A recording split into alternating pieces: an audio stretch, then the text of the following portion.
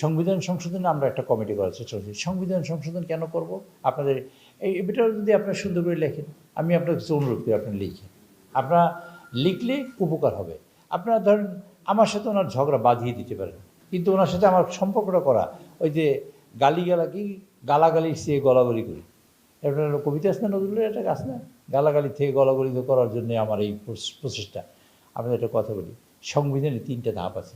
আমরা দেশ স্বাধীন করেছি, পিটি মারামারি ঘুনোঘুনি যুদ্ধ করে একটা দেশ স্বাধীন করে, স্বাধীনের পরে আমরা এসব ফেলে দিয়ে আমরা একটা সংবিধান পরিবর্তন করব, নিজে লিখব, যেটা 72 সালে সংবিধান আছে।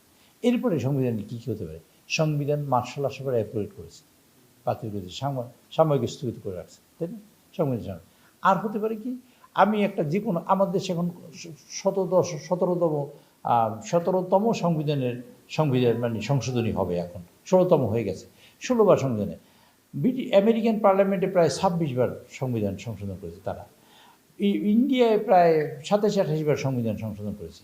পৃথিবীর সকল গণতান্ত্রিক দেশে সংবিধান সংশোধন করে। কেন করে?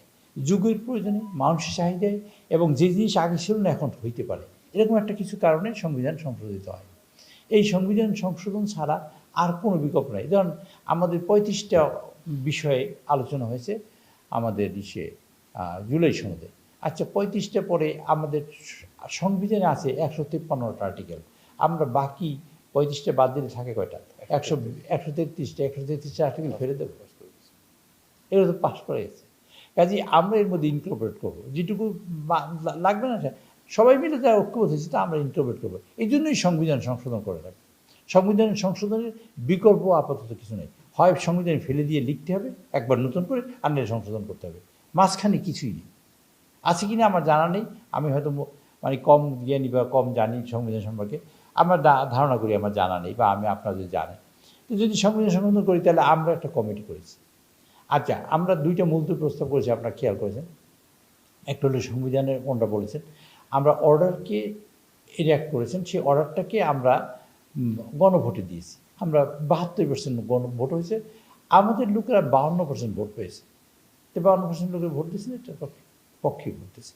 আমাদের নেতা তারেক সাহেব বলছেন, কমা দাড়ি কলা সেমিকোলন বলতে সংবিধানে মানে কী বলে জুলাই সনদ বাস্তবায়ন করবো, এটা আমাদের নেতা বলেছেন। তা আমরা বাস্তবায়ন করবো, তা জামাত যেটা চায় বা বিরোধী দল যেটা চায় তাদের সাথে আমাদের ডিফারেন্সটা কী?